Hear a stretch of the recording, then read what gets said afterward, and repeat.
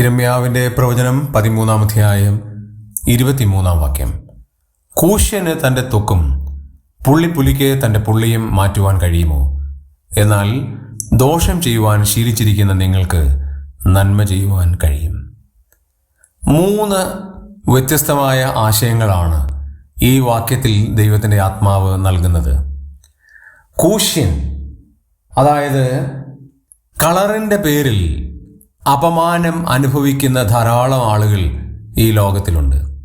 കൂശ്യനെ സംബന്ധിച്ചിടത്തോളം, എത്യോപ്യക്കാരനെ സംബന്ധിച്ചിടത്തോളം, അവൻ്റെ കളറ് അവന് മറ്റുള്ളവരുടെ മുമ്പാകെ അപമാനം വഹിക്കുവാൻ കാരണമായിരിക്കാം. ദൈവം ചോദിക്കുകയാണ്, കൂശ്യന് തൻ്റെ ത്വക്ക് മാറ്റാൻ കഴിയില്ല.